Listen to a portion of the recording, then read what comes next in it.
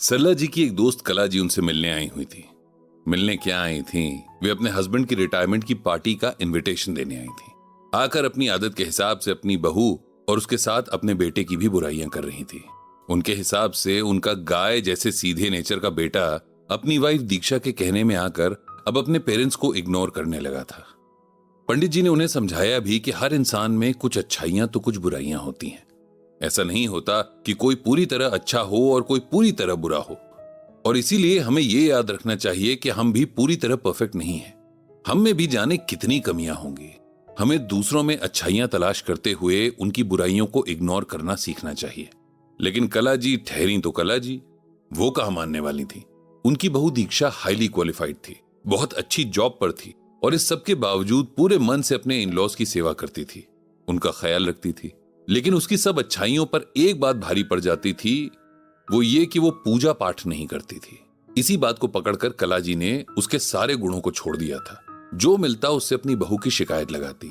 लोग भी उनकी बातों में रस लेते, दो चार सिंपैथी के बोल बोल कर उनका मन रखते।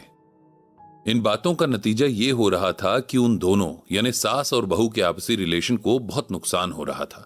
ट्रस्ट तो दूर की बात है, एक आपसी अंडरस्टैंडिंग भी डेवलप नहीं हो पा रही थी। कला जी से पूजा पाठ का ऐसा नॉन स्टॉप राग सुनकर पंडित जी ने उन्हें श्रीमद् भगवद गीता से ये श्लोक पढ़कर सुनाया। चतुर्विधा भजन्ते माम जनाः सुकृतिनो अर्जुन आर्तो जिज्ञासुर सुरार्थी ज्ञानी च भरतर्षभ। यहां भगवान श्री कृष्ण अर्जुन से कहते हैं कि हे अर्जुन, आर्त अर्थात चोर व्याघ्र रोग आदि के वश में होकर किसी आपत्ति से युक्त हुआ, जिज्ञासु अर्थात भगवान का तत्व जानने की इच्छा वाला, अर्थार्थी यानी धन की कामना वाला, और ज्ञानी अर्थात विष्णु के तत्व को जानने वाला, ये चार प्रकार के पुण्य कर्मकारी मनुष्य मेरा भजन सेवन करते हैं। पंडित जी ने इसे सिंपल वर्ड्स में इस तरह से कला जी को समझाया। उन्होंने कहा कि श्लोक में भगवान श्री कृष्ण कह रहे हैं कि मेरा कोई भी एक ही तरह का भक्त नहीं होता है। मेरे मेनली चार तरह के भक्त होते हैं। सबसे पहला वो भक्त जो किसी मुसीबत में ही मुझे याद करता है, जब वो किसी चोर, डाकू या क्रिमिनल के चंगुल में आ जाए, जब उसके पीछे कोई खूंखार जानवर पड़ जाए या कोई बहुत सीरियस बीमारी हो जाए। कहने का मतलब यह है कि जब किसी की जान को आफत आ जाए। इस बात का परफेक्ट एग्जाम्पल गजेंद्र की कथा में मिलता है। गजेंद्र मोक्ष की कहानी का जिक्र श्रीमद् भगवत पुराण में आता है।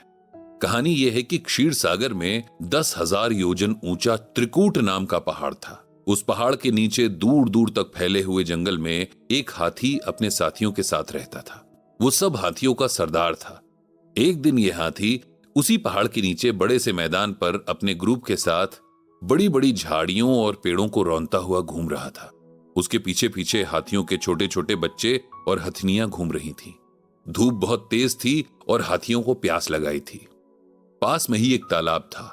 हाथियों का पूरा ग्रुप उस तालाब में उतर गया और पानी पीने लगा। जी भरकर पानी पीने के बाद सारे हाथी पानी में खेलने लगे। उसी टाइम एक मगरमच्छ ने हाथियों के सरदार के पैर को अपने मुंह से दबोच लिया और उसे पानी के अंदर खींचने लगा। उस हाथी यानी गजेंद्र ने अपनी पूरी ताकत लगाकर अपने आप को छुड़ाने की कोशिश की, लेकिन कामयाब नहीं हो पाया। गजेंद्र के मित्र हाथियों ने भी काफी जोर लगाया, लेकिन सफल न हो सके। जब गजेंद्र को लगा कि अब कुछ नहीं हो सकता है, तब उसने भगवान की शरण ली और रो रो कर भगवान को पुकारने लगा, जिसे सुनकर भगवान विष्णु खुद आए और मगरमच्छ को मारकर गजेंद्र को बचा लिया। दूसरी तरह के भक्त वो होते हैं जो जानना चाहते हैं कि भगवान आखिर कौन है, उन्हें कैसे पाया जा सकता है।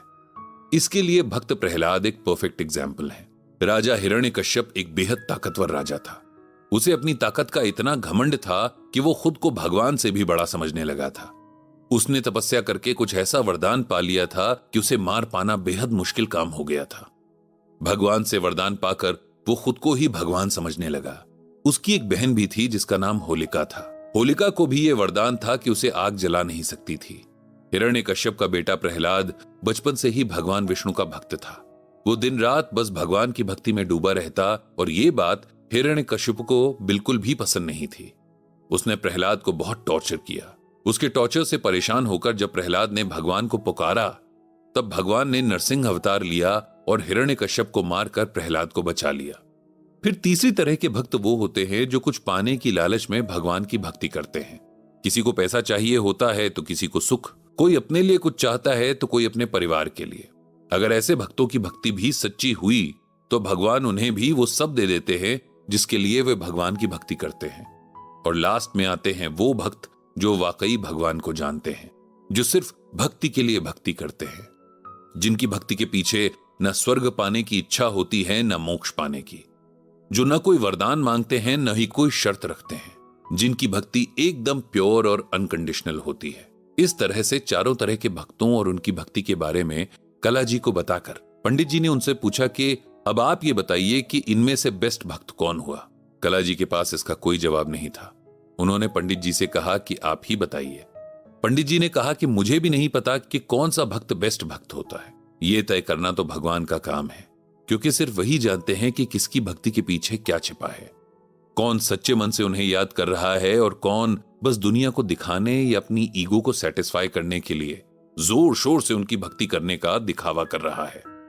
पंडित जी ने आगे कहा कि ये सब हमें भगवान पर छोड़ देना चाहिए। और वैसे भी भगवान ने गीता में निष्काम कर्म यानी बिना किसी इच्छा या स्वार्थ के किए हुए काम को बहुत इंपॉर्टेंस दी है। इसीलिए अगर कोई ऐसा कर रहा है तो वो भी भगवान का ही भक्त हुआ। पंडित जी कला को इनडायरेक्टली दो बातें समझाना चाह रहे थे। पहली ये कि अगर उनकी बहू उनकी तरह घंटों बैठकर पूजा नहीं करती तो इसका मतलब ये नहीं कि वो बुरी है। क्या पता वो अपने मन में भगवान की भक्ति करती हो, या ये भी हो सकता है कि उसका मन और कर्म इतने प्योर हों कि भगवान को वो प्रिय हो। इसीलिए सिर्फ इस बात के बेस पर हमें उसे जज नहीं करना चाहिए। दूसरी बात यह कि कला जी को भी अपनी भक्ति का दिखावा नहीं करना चाहिए, क्योंकि ऐसा करने से उनका और उनकी भक्ति दोनों का ग्रेस कम हो जाता है। कला जी इस मैसेज को कितना समझ पाई कितना नहीं ये तो वही जाने, लेकिन 2-4 मिनट इधर उधर की बातें करके वो चली गई। पंडित जी ने भगवान श्री कृष्ण से प्रार्थना की कि वे सबको सद्बुद्धि दें।